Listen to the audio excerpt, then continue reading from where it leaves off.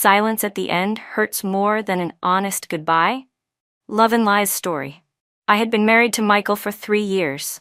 He gave me all his affection, doting on me endlessly. At least, that's what I believed. Until one day, by chance, I discovered a sugar baby agreement hidden in his safe.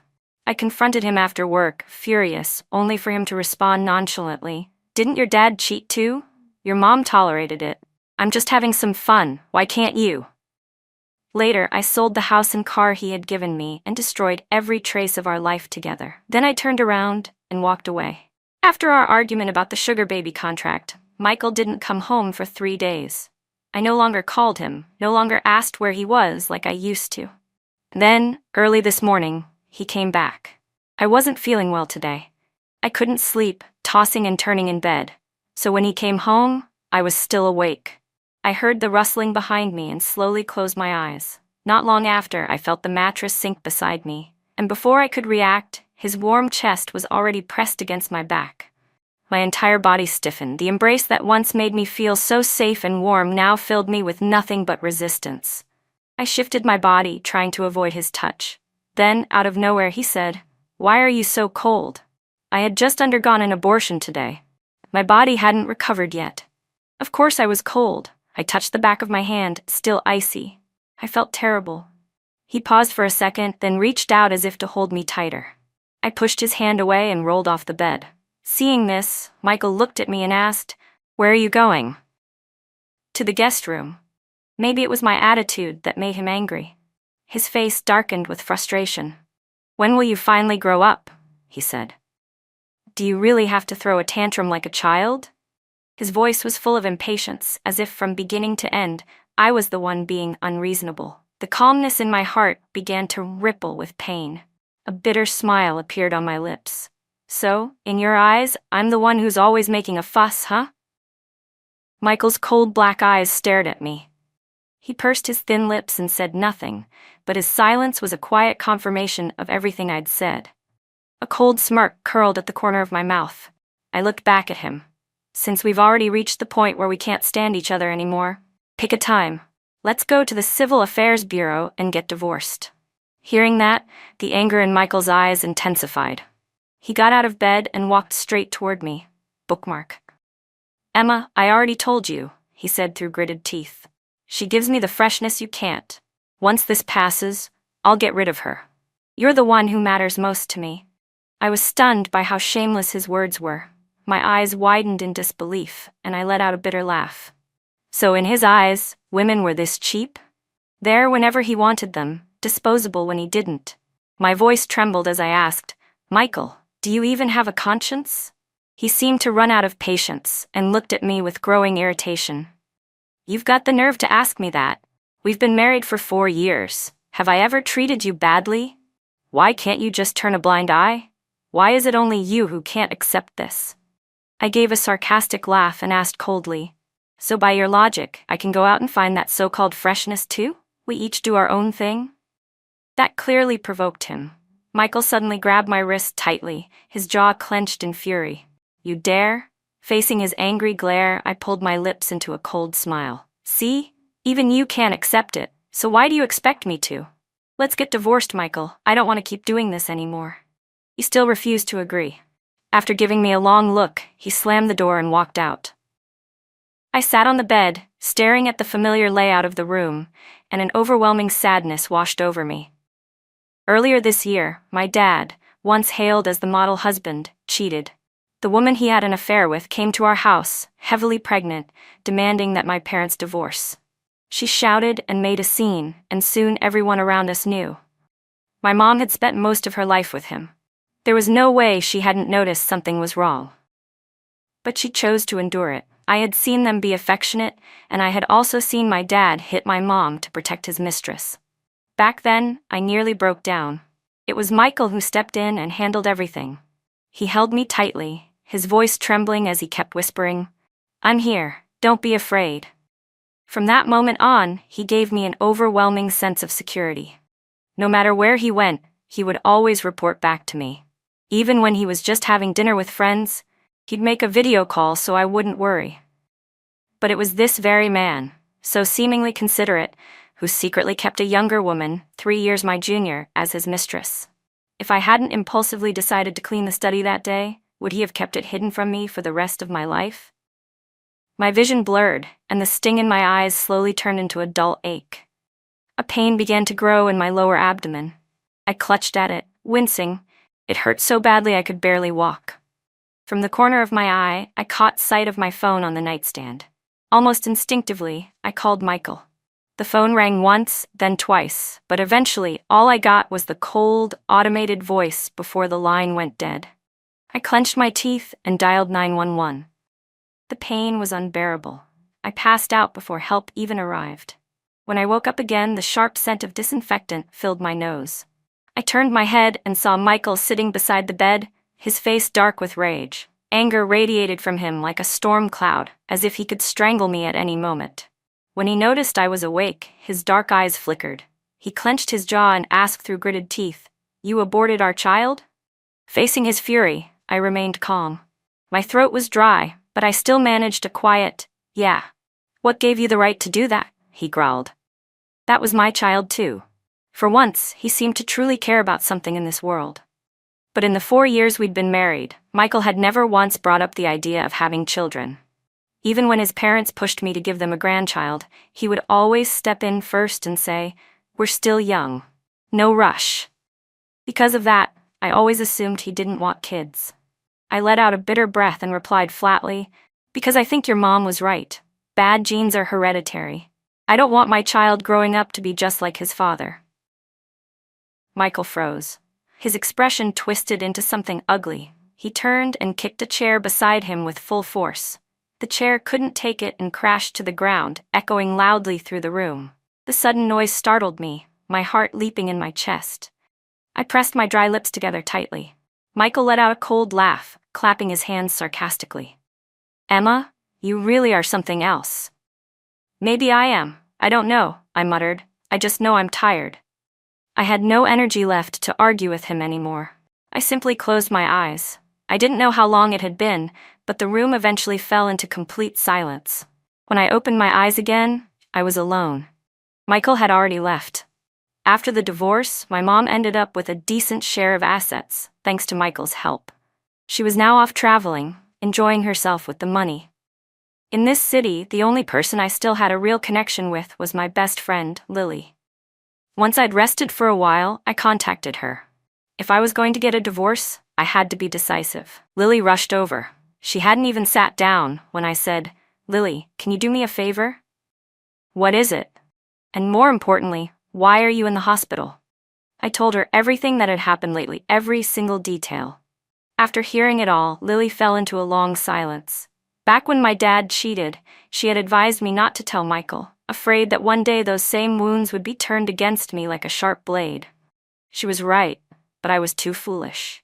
I trusted him completely, leaned on him for everything. In the end, the very blade I handed over myself became a boomerang, and it came back to cut me deep. "It's too late to regret anything now," she said quietly, "but I support your decision. A man whose heart has changed is like rotten cabbage. You tear it up and throw it away." I let out a weak smile. "So I'll have to trouble you for a while." "What trouble?" she scoffed. "When I bought my place, I made sure to save a room just for you." "You can move in anytime," Lily said. That one sentence made me feel completely at ease. After 2 days of rest in the hospital, I returned home. I didn't even take a break. I immediately started going through all of Michael's things. Just like he said, he had never treated me poorly. The jewelry and clothes he gave me were all top of the line. Every time he went on a business trip, he brought back thoughtfully chosen gifts for me. As I dug through everything, I realized some of the clothes still had the tags on them. I mechanically sorted out all the gifts, but then froze when I came across a thick stack of envelopes. They were pink, and inside each was a letter overflowing with Michael's love for me. There was no doubt his love had once been genuine and generous. From the moment we started dating, he had been documenting everything about our relationship. These envelopes were proof of that. I fought back the surge of memories, picked up the stack of letters, and walked downstairs. "Mrs. Zhang, can I borrow a lighter?" I asked. She was busy cleaning and didn't know what I was up to, but still brought me one. With the envelopes and the lighter in hand, I went out to the flower bed in the yard. That flower bed was filled with red roses I had planted myself. In the sunlight, they looked beautiful and vibrant. I took a deep breath, then used the lighter to set the envelopes on fire. Without hesitation, I threw them into the flower bed. The flames roared to life, like an eruption of fury, consuming everything around them. Mrs. Zhang heard the commotion and came running out, her face pale. She panicked and slapped her knees in distress. "Ma'am, what are you doing? There's no need to keep things that no longer matter. Memories or people, if they're in the way, they should be removed." I stared coldly at the burning fire, watching as the once beautiful flower bed was destroyed. But I didn't regret it. Michael knew my mother had endured years of a painful marriage, too indecisive to divorce. But what he didn't understand was that I was nothing like her. I can't tolerate even a grain of sand in my eye. After finishing everything, I hired a professional cleaning crew to scrub the entire villa from top to bottom, leaving not a single trace of my life behind. Mrs. Zhang tried to talk me out of it but failed. She then called Michael to inform him, but all he said coldly was, "Let her do whatever she wants. You don't need to update me about her anymore." I was standing right there when he said that. I heard every word loud and clear. Good thing I had already made up my mind to divorce him. His words and actions wouldn't be able to hurt me any longer. After that, I packed my things and moved in with Lily. Meanwhile, Michael no longer bothered to hide anything. He brought his little canary to social events openly, events where, in the past, I had always been the one by his side.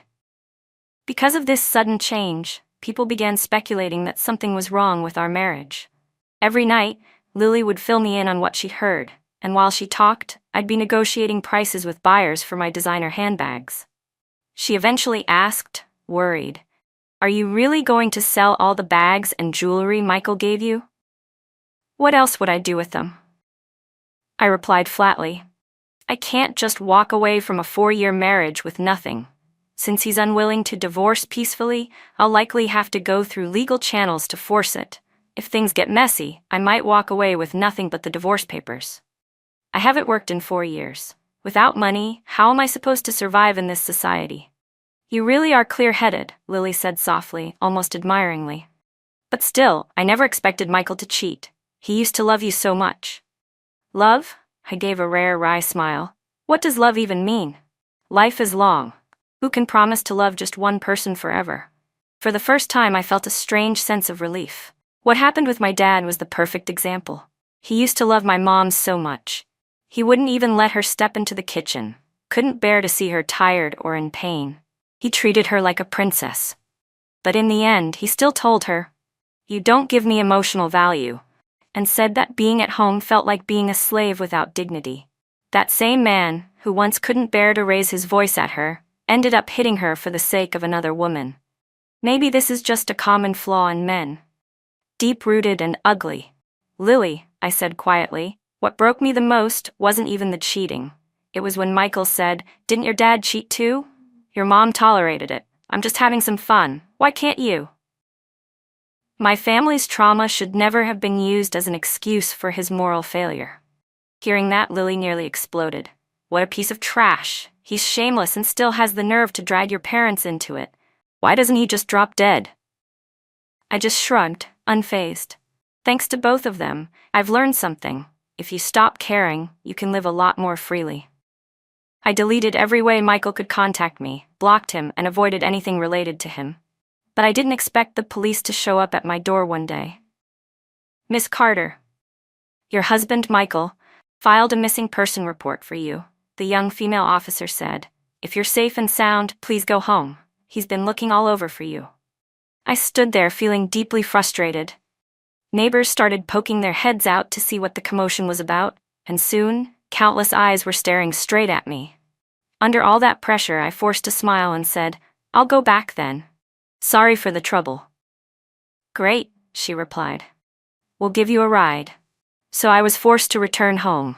The man they claimed had been desperately looking for me, Michael, was now sitting calmly on the sofa, his face cold and expressionless. Beside him was a woman dressed to perfection, his little canary, Susan, the one he had been flaunting publicly. "Well, aren't you something?" he said with a sneer. "Running away like a kid." I ignored him. My eyes moved from Susan's face, and I replied flatly, "You're one to talk. You brought her home." Susan jumped to her feet the moment I mentioned her name. "Miss Carter, please don't be upset. I'll leave right away. Whatever's going on between you two has nothing to do with me." I didn't care about her at all, but Michael threw me an annoyed glance. Then he turned to her and said, "It's late. It's not safe for you to go back now. I'll have Mrs. Zhang prepare a guest room." He then called for Mrs. Zhang and told her to get the room ready. He even added, "Also, bring her one of Emma's unused pajamas." Mrs. Zhang froze for a moment, her eyes flicking to me nervously. "Sir, there's nothing left of Mam's belongings in the house." Michael clearly hadn't noticed that yet. His gaze swept across the living room, and when his eyes met mine, they were filled with something complicated. I met his look without fear. Maybe he could see my determination, because a flash of irritation crossed his face. "Then call Uncle Zhang to drive her home," he muttered. Susan's expression changed the moment she heard that. She'd been acting meek and timid a moment ago, but now her face held a hint of arrogance. I didn't want to play this game with either of them. I turned to leave, but Michael quickly stepped forward and grabbed my arm. "This is your home. Where do you think you're going?" I stared into his eyes and said firmly, "This is not my home." He didn't say anything but tightened his grip. A dull pain spread through my arm, and my brows furrowed slightly. After a long pause, he finally let out a deep sigh. "Susan, stop it. I'll have someone drive you back now." Though her face turned pale in an instant, she forced a smile. "No need, Mr. Carter. I can go back on my own." She looked like a delicate lily, about to collapse at any moment, yet trying hard to appear calm. She grabbed her purse and was about to leave. I caught a glimpse of hesitation on her face and pushed Michael's hand away in disgust. "Are you two done being disgusting? Michael, just because I'm not arguing doesn't mean I accept your disgusting behavior. I'm just too tired to waste my breath.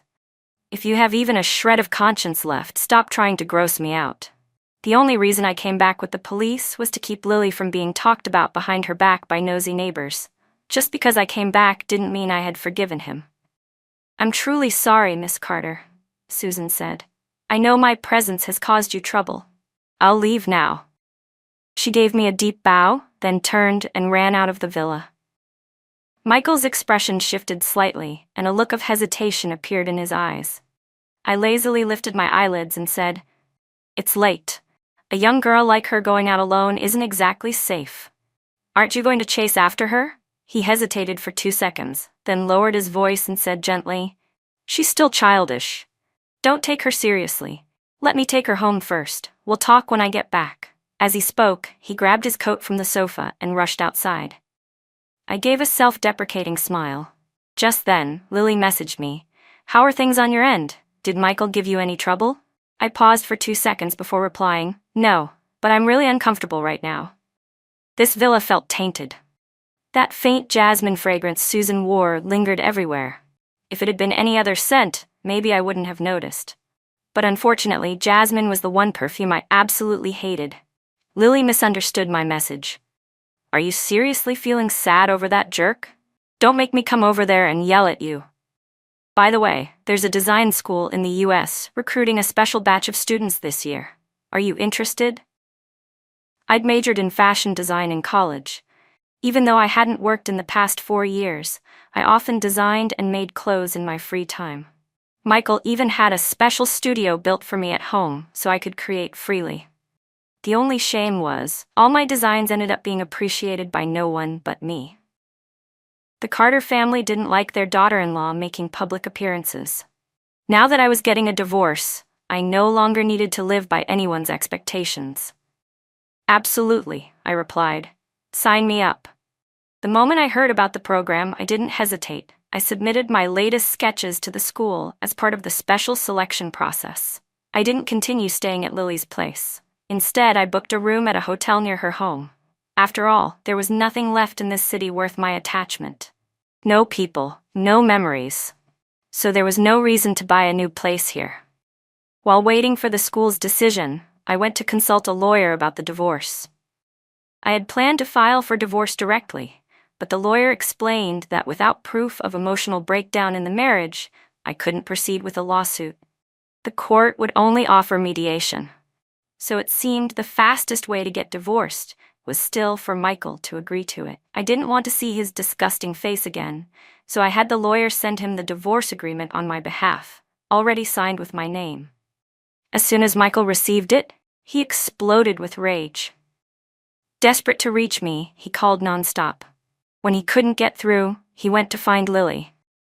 "Where's Emma? Tell her to come out," he demanded, standing outside her door with a stormy expression, eyes locked on the house as if he could see right through the walls.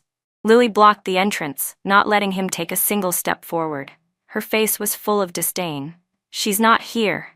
If you're looking for her, try somewhere else." "There's no way," he snapped. "She has nowhere else to go except here." Inside, I was watching a reality show. I could hear everything clearly. I pulled a bitter smile across my lips. He wasn't wrong.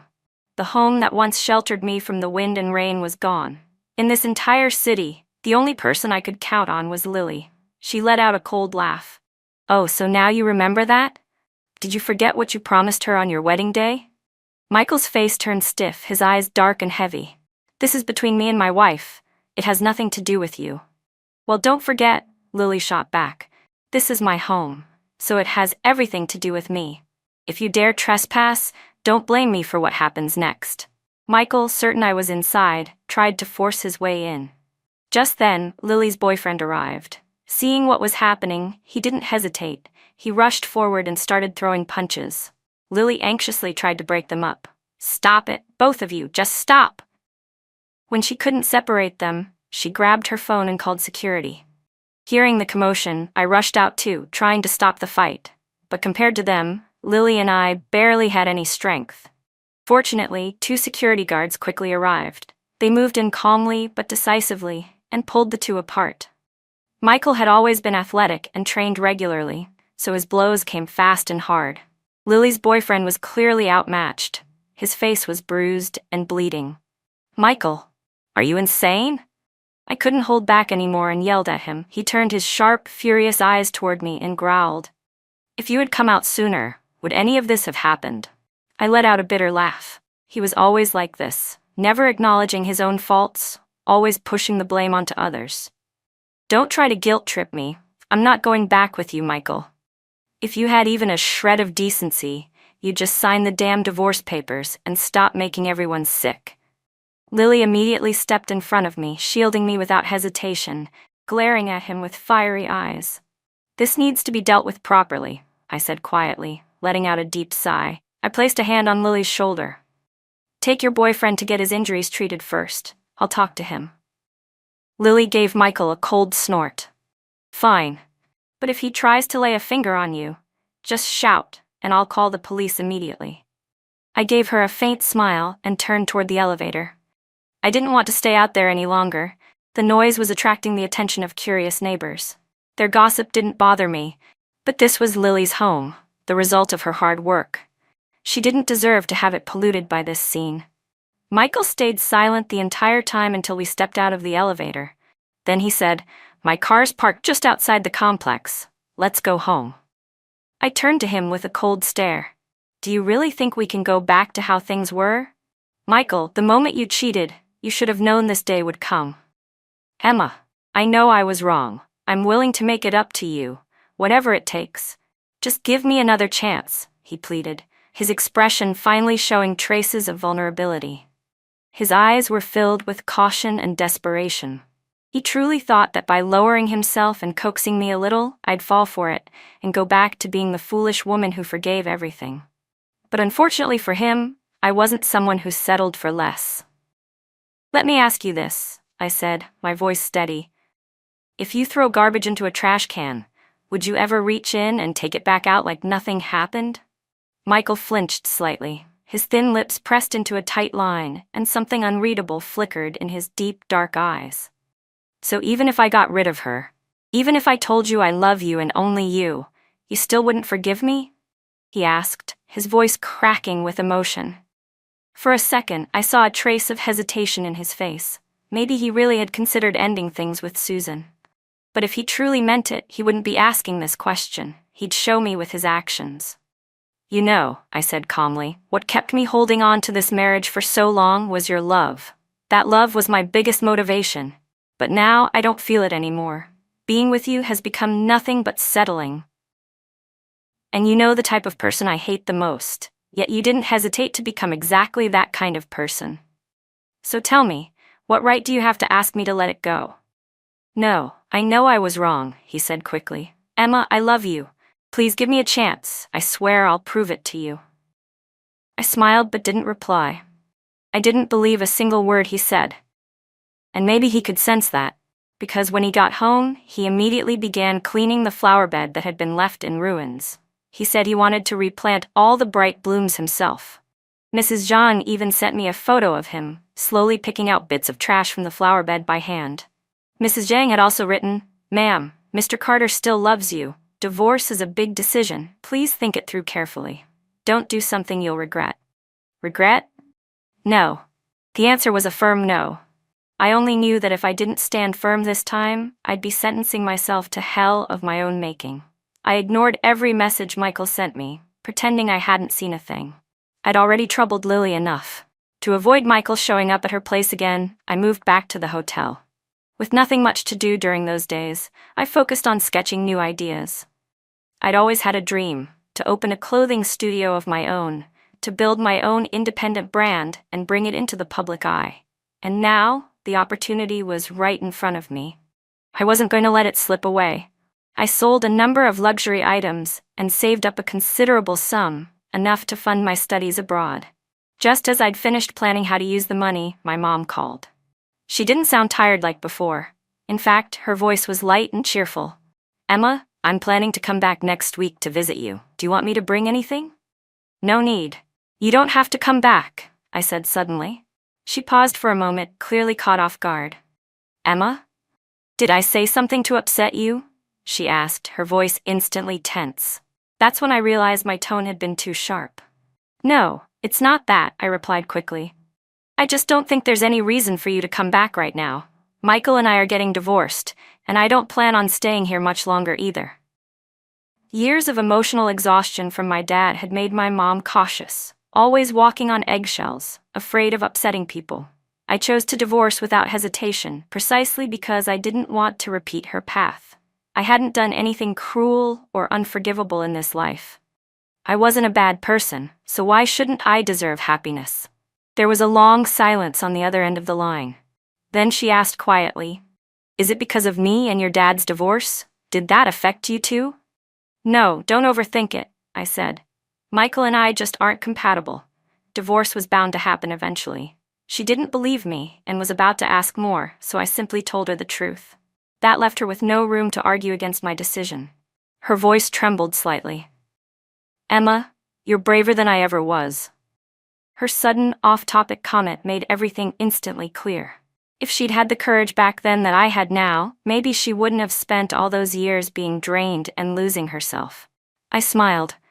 "It's not too late for you either. You're on vacation, right? Just enjoy it. Once everything's settled with me, you can come visit then." We talked for a while longer before hanging up. Just as I was about to wash up and rest, a notification popped up, an email sent just 3 minutes ago from overseas. Heart racing, I opened it with trembling hands. The next second, a burst of excitement escaped from my lips. I had been accepted. It was an official admission letter from the school, complete with my enrollment date. I read the email over and over 3 times before it finally sunk in. For the first time in a long while, I smiled from my heart and fell asleep that night with joy in my chest. The next afternoon, I had plans with Lily to get our nails done. When she saw me beaming, she couldn't help but feel happy for me too. "You used to hate coming with me to do our nails," she said with a grin. "Now you're more enthusiastic than I am." "Well, that's because I don't have to live for anyone else's approval anymore," I answered simply.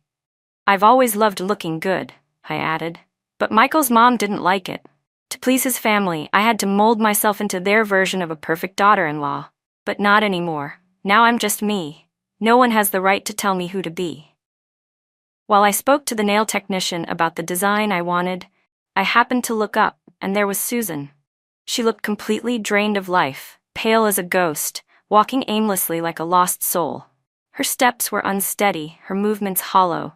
I frowned slightly and turned away, trying to ignore her, but she had already seen me. Straightening her posture, she pushed open the door and came in. Her lips, dry and nearly colorless, trembled faintly. Her voice was faint, almost drifting. "Miss Carter, can we talk?" There was nothing I wanted to talk about with her. I was just about to say no when I caught the pleading look in her eyes. I sighed. "Fine. I'll give you 3 minutes." I stood up slowly. "Lily, stay here.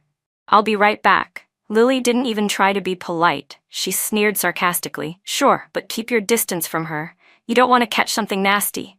Susan's already pale face turned even whiter. She looked like she was trying to smile, but couldn't manage even that. A few minutes later, Susan and I sat down at a cafe just a short walk from the nail salon. When the waiter came by, I instinctively ordered 2 coffees. She quietly interrupted. "Just a glass of warm water for me. I can't have coffee right now." I raised an eyebrow but didn't say anything. Then she added softly, "I just had a miscarriage." I stared at her in shock. "Michael's?" She didn't answer directly. Instead, she gave a strained, bitter smile. "This is karma, I guess.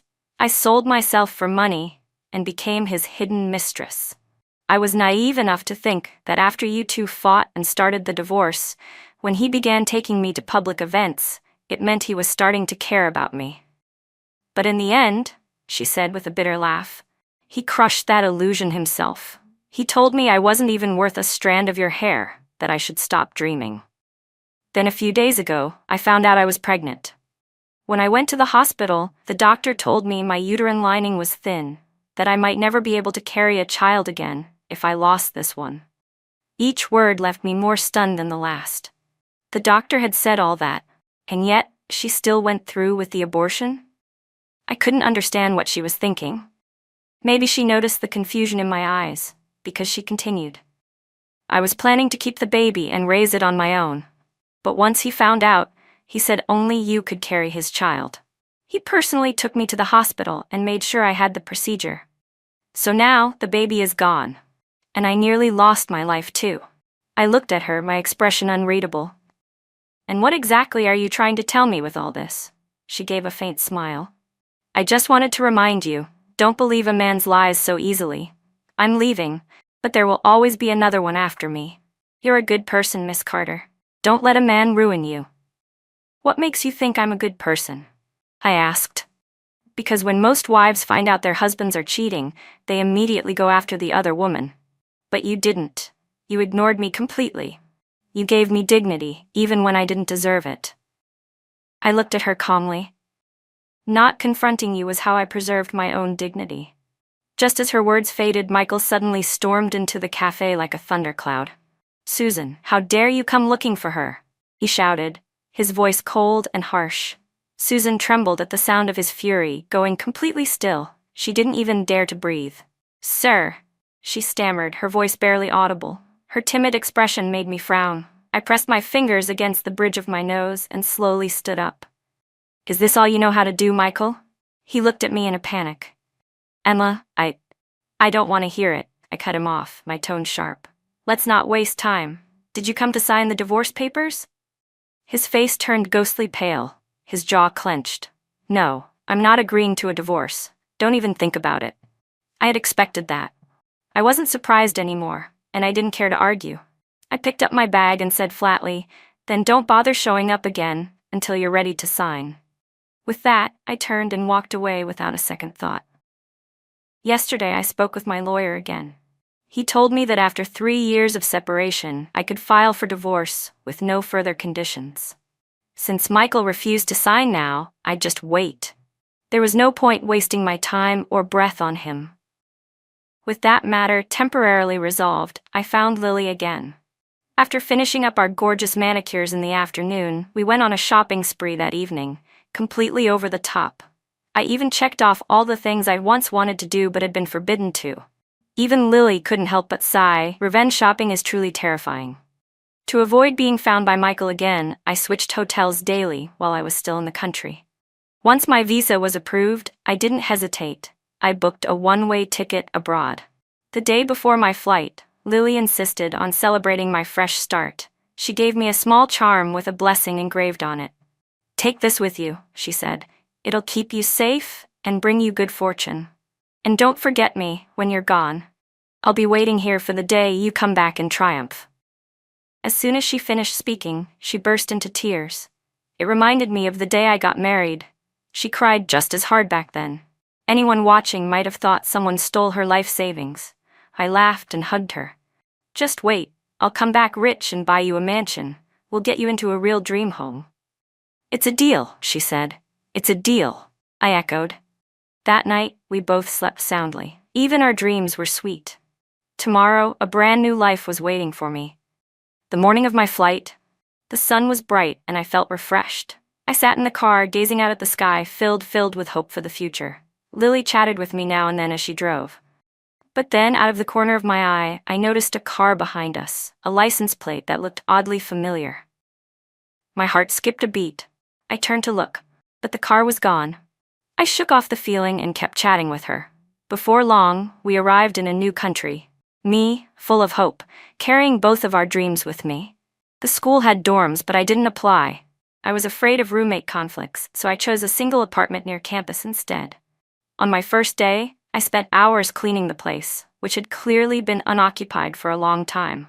By the time I finally sat down to rest, 2 hours had passed. I collapsed on the couch, exhausted.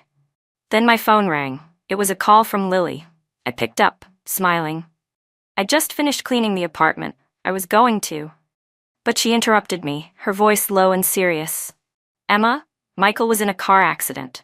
I blinked. My lips were dry. I licked them and said calmly, "So? I wasn't the one who caused it. What does it have to do with me?" But the moment I said that, I suddenly remembered what Susan had told me, that he'd gotten his karma, and she'd lost her chance to ever be a mother. So was Michael's accident also karma? "They issued a critical notice during surgery," Lily said quietly. "He's in the ICU now. After all, you're still his legal wife. His parents are looking everywhere for you. Are you going to come back?" "No," I said flatly. "It doesn't mean anything anymore. I chose to let go. I'm not going to get tangled up again."